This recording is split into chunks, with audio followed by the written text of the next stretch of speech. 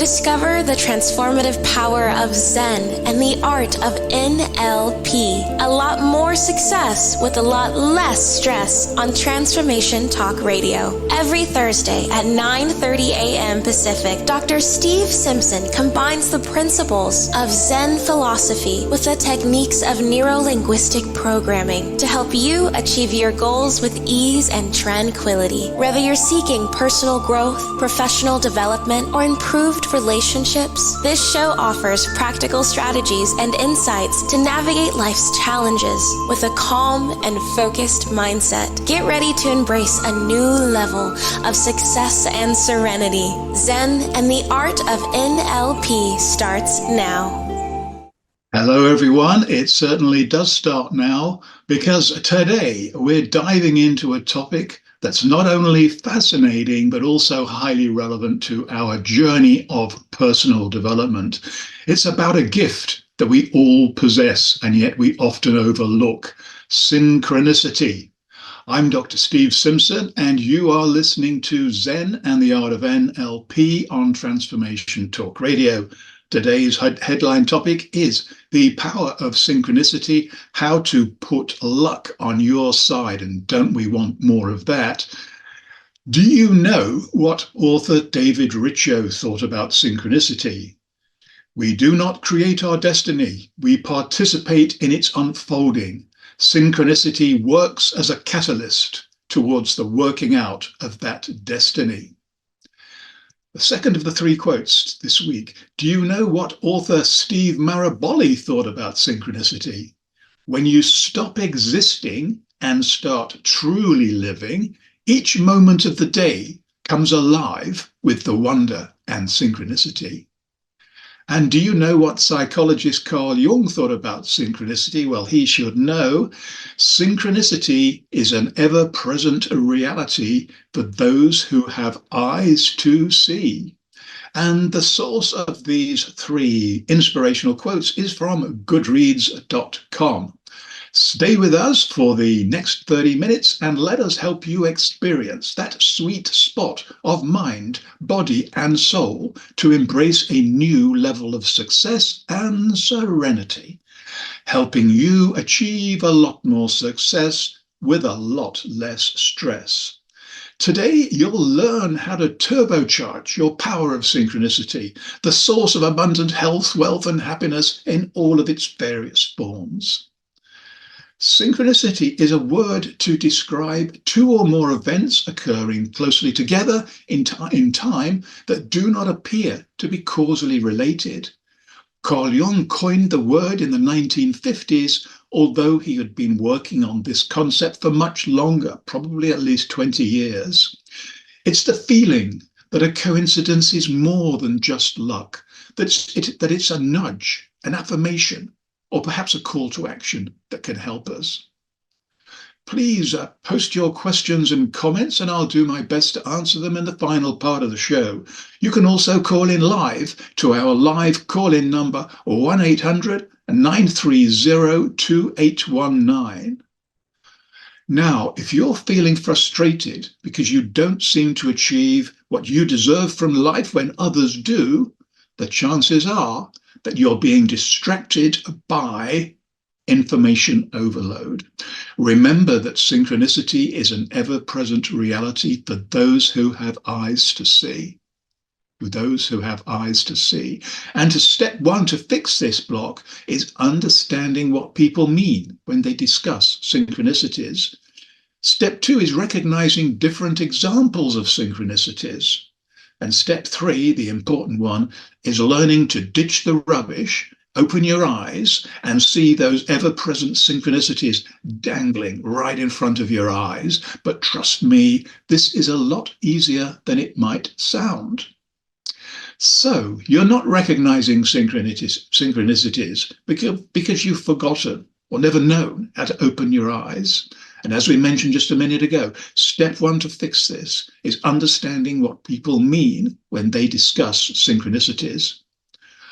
Let's go back to Carl Jung. He saw synchronicity as a way of understanding the psyche and the world around us. He believed these meaningful coincidences, as he called them, or falling together in time. What on earth does that mean? It could, anyway, either of these, both of these, could point to a deeper order in the universe that science hadn't yet fully explained. And was he hinting about possible parallel dimensions? I have a feeling that he might have been. Here are some critical aspects of synchronicity to consider. Synchronicity goes beyond everyday coincidence. It's about coincidences that resonate with us profoundly and feel significant in ways we struggle to explain. Events aren't seen as causally linked. However, there's a sense of an underlying connection that is linked and defies conventional explanation. Jung believed synchronicity could bridge the gap between our internal thoughts and feelings and the external world. He explored these views with several quantum physicists, including Einstein and Wolfgang Pauli. And while Einstein had his doubts, Jung and Pauli, they worked together for many years to develop a unified quantum theory of the universe to explain synchronicity. And let's remember, Pauli had won the Nobel Prize in quantum physics, and he might even had another, I can't remember. Anyway, let's move on to step 2, which is recognizing different examples of synchronicities. It could be, here are just a few. It could be dreaming about someone and then you unexpectedly bump into later that day. It could be reading a book about a specific topic and then hearing about that same topic on TV or radio or in conversation shortly after, maybe sometimes several times. Or it could be seeing the same number or word sequence repeating several times over a short period. It could be seeing the same person pop up on social media in all kinds of different contexts and settings. And as we mentioned, before you learn how to ditch the rubbish, open your eyes and see those ever-present synchronicities that we'll discuss in step 3, let's highlight some of the benefits of embracing the concept of synchronicity that could be waiting for you and are definitely worth your time spent considering. Synchronicity can help generate new out-of-the-box ideas and solutions to problems. We all need that, don't we? Some problems disappear or are resolved by other people or events. None of us like to feel alone, and the most significant punishment in nature is banishment. Most people find it very comforting to think that there's a higher order and meaning to life and that they're being guided along the path. The benefit of stress reduction is very similar to the increased confidence that we discussed previously. Once we recognize that we're not in control and we can let go, it can be a very calming experience with a beautiful feeling that those invisible giants are now on our side. And I've been so lucky to have had so many synchronicities in my life. And looking back, I can't believe how lucky I was in the early days of my new career. There were 3 synchronicities that manifested when I needed them most, almost from the beginning. In fact, it was from the beginning, because my first client was a female golfer who felt that she was much better than her scores would indicate, and she wanted a session with me. I was obviously a bit nervous about this, my first client, and if this had gone wrong, I'd have probably given up, but fortunately it didn't. She said, "Do I need to bring anything with me or make any preparation?" I said, "Yeah, bring a pitching wedge." That's a kind of a golf club. So she came armed with a pitching wedge, and we sat in my conservatory there and were enjoying the garden. And we spoke for about an hour or so, and I was practicing my newfound hypnotic techniques. And we did a bit of closed eye work and a bit of visualization, and I don't remember anything else. But what I do remember is that a few weeks later, this same lady got in touch with me and said, "You'll never guess what's happened." And I thought, I bet she's won a golf competition. No, she had scored a hole-in-one in a big golf competition. Now, if you're not a golfer, let me just tell you, this is a once-in-a-lifetime result if you're lucky. And there are many great golfers who've never had one at all. But it didn't end there, because then she got a second one. And within 3 months of that consultation, she had 3 holes in one. Now, that was incredible. And at that time, by synchronicity, I was swapping emails with one of the top coaches in the States. And I told him about this, and he replied back immediately. He said, Steve, you've got to get over here. Let's spend a few days talking about the work that you're doing. And that's what I did do. And on the drive back to the airport, he told me that he was putting a team around this, great golfer he was working with, who hadn't really fulfilled his undoubted potential. And he said, Steve, we're missing a team member. We haven't got a mind coach on the team. How about it? And I didn't even have to think about it. I said, yes, yes, yes. And all the way on the flight back, I was so excited about this. Anyway, that's probably the end of that story, is for another time, perhaps. But another one, guess what? Right next door to where I lived. Well, to be more accurate, it was 2 doors away from where I lived. There was a 13-year-old boy who was sports mad, and his mother knew the kind of work that I was doing, and she was very open to this kind of thing. And she said, would you mind if he came round to see you and had a chat? So I said, yeah, fine. And, I expected mum and kid to turn up at the same time. But no, this 13-year-old came up on his own, knocked on the door, went straight back into the same conservatory, sat down, and we had a great chat. He told me about all the cricket coaching he was doing and, what he wanted to achieve. And we talked about the difference. At that time, he felt a bit intimidated playing in matches because he was already at an elite level, and he felt that the others were better than him. But he loved practice because there was no pressure there, and he could do all kinds of things with the ball that most other people couldn't, particularly at his age. Well, the upshot from that is that a few years later, he was playing in the England cricket team, and he still is, and he's certainly one of the stars. And I feel very proud, for him, and privileged to have been able to work with him, when he was a kid. The other thing that was a real break for me was, at that time, audiobooks were, getting very popular on iTunes. And in a burst of creative energy, I wrote and recorded 7. And I had this meeting with the agents, with my agent and with the publishing company. And they said, we love 6 of these. There's one we don't want. And it's the one called Zen Hypnosis Confidence. They said, we don't like the title. It's too clunky. The word Zen's going to put people off. The word hypnosis is going to put people off. The only word we like is confidence. So we're, unfortunately, I'm sorry to disappoint you, we're not publishing that. So I said, well, look, I'm sorry, but that's the first one that I recorded. I liked that the most. And I must have been stroppy this day. Maybe I couldn't sleep. And I said, and if, in that case, I don't want you to publish any. So my agent kicked me under the table. They were a bit aghast. They had a look at each other and they said, okay, well, I'll tell you what, we'll publish it, but don't say we haven't told you. You can expect some pretty bad reviews. And they were right, actually, because the first one was really bad. But the ones after weren't. And within a month, this audiobook they didn't want was #1 in the charts, not just in self-development, but in everything. And it stayed there almost every week for the next 2 or 3 years. And then for some strange reason, iTunes lost all of the fantastic reviews it had. And so then it slipped down the charts. So then I did pull them all off. And so, all my audiobooks, they're now on, only on my audiobook. And anyway, I could give you a couple of others. Anyway, I think, that's for the moment. That's for the moment. I might get onto, perhaps the other story later on the show. But just to remind you, you're listening to Zen and the Art of NLP with Dr. Steve Simpson.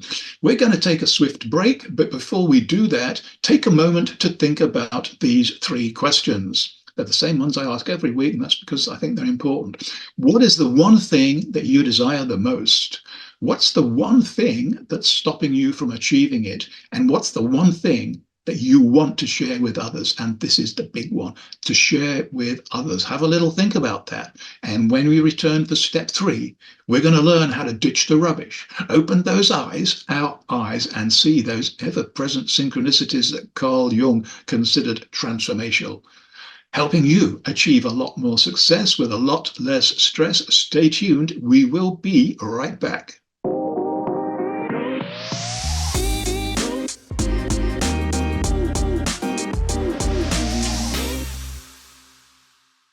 And we are right back. The best way to connect with me, and I hope you do, is to check out my website, drstevensimpson.com. Sign up for my free weekly newsletter and discover plenty of other free stuff to explore, as well as some hopefully great books, hypnotic audiobooks, and coaching programs to purchase if you so wish.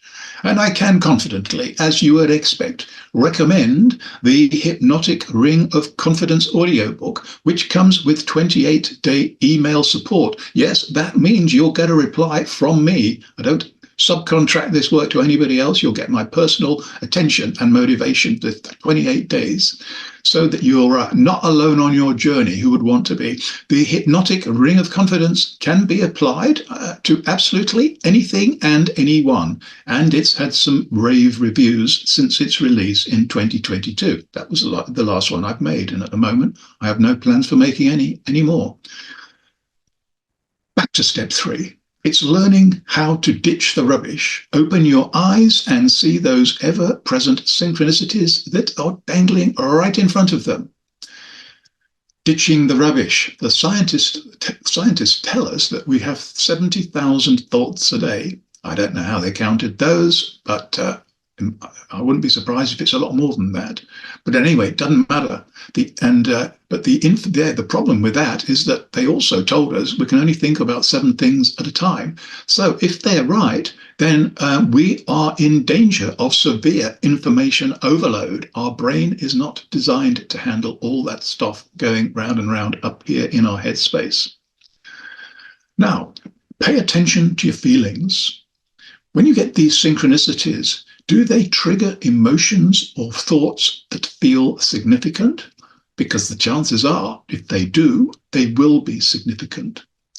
Have a look for recurring themes. Are there repeated patterns in your synchronicity experiences? Because if they are, again, that's quite likely, very likely to be significant. And as always, this is the recurring thread that runs through all of our programs and will do in the future. When we learn to connect more closely to our unconscious mind, this is when things start to surface.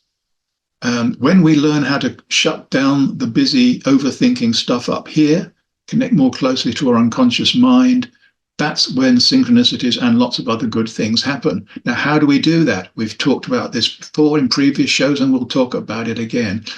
Meditation has stood the test of time. People have been doing it for hundreds, maybe even thousands of years. Yoga also has stood the test of time. Breathing exercises, yes. Hard to believe we need to learn how to breathe. Automatic, surely. Well, yes, it is. But when we get a bit stressed, a bit overthinking, without us knowing, our normal, healthy breathing patterns change. And if we're feeling a bit stressed, our body posture changes as well, hunched up, closed in.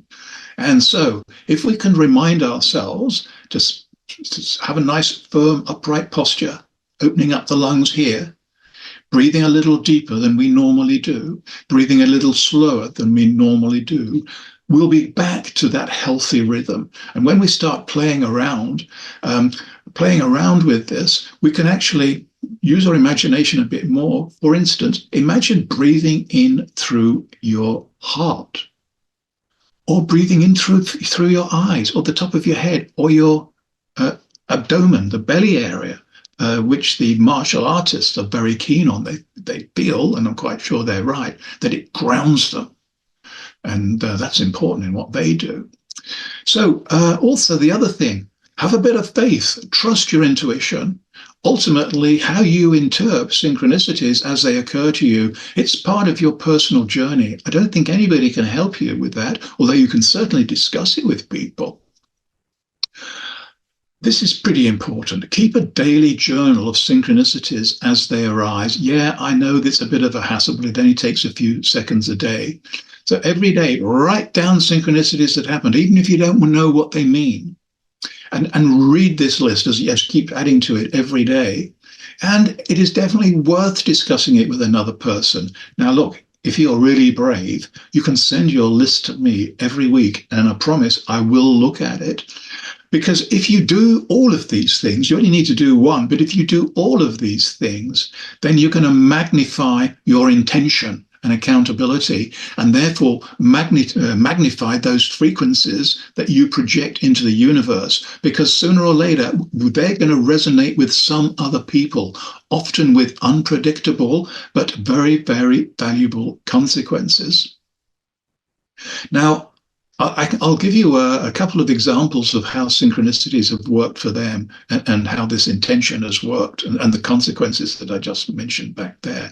And there's the story of the one-way ticket to Bombay, which I quite often share with people. In fact, I shared it last night. I was giving a presentation to the board of a pharmaceutical company, and I think they quite enjoyed this story.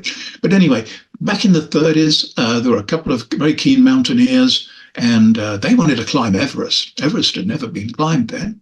And they tried to raise money and from all kinds of different sources. And they had to accept that one evening they had this discussion. We haven't got enough money. No point is thinking about this anymore. So one of them says, how much have we got? I don't know their number exactly. Let's say they got $1,000, say. And in those days, they say, okay, that is enough. We can go on a sailing ship, a cruise ship, and we can sail to Bombay one way. How do we get back? Well, we're going to have to worry about that sooner or later. We'll have to work our way back if necessary. So they go on this cruise liner, and it would have probably taken about 6 weeks to get to Bombay, maybe even longer. And there was nothing they could do. No radio contact, no emails, no text messages.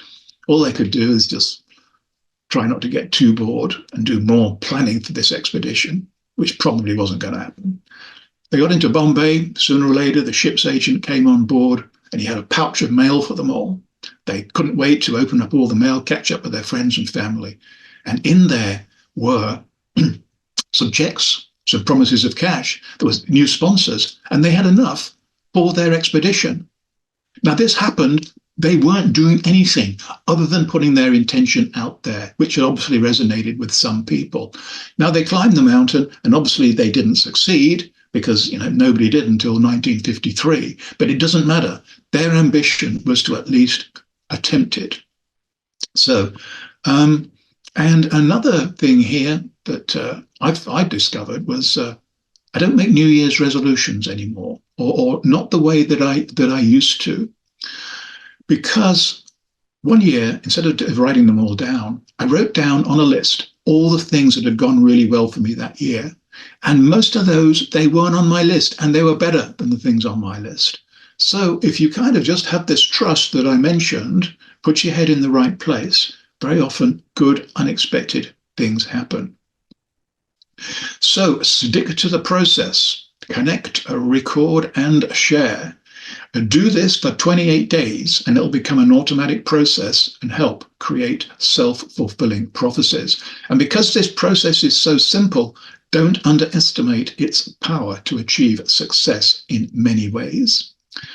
I've got 2 or 3 questions here. I've probably only just got time for one. So Petra from LA, you get your question read out.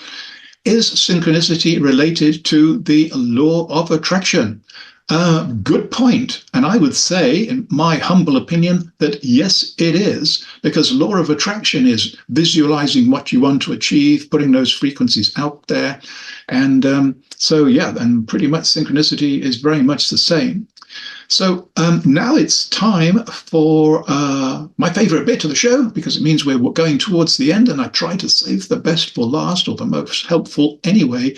And it's the Zen and the Art of NLP top tip of the week. Look for recurring themes. Are there repeated patterns in your synchronous experiences? If so, this message is fighting to reach your conscious mind and demands your attention. This is the easy way to achieve a lot more success with a lot less stress. Thanks for joining us today. We've got a great program lined up for you on the same day, at the same time, and at the same place next week. Be there and invite all your friends and family and everybody else too.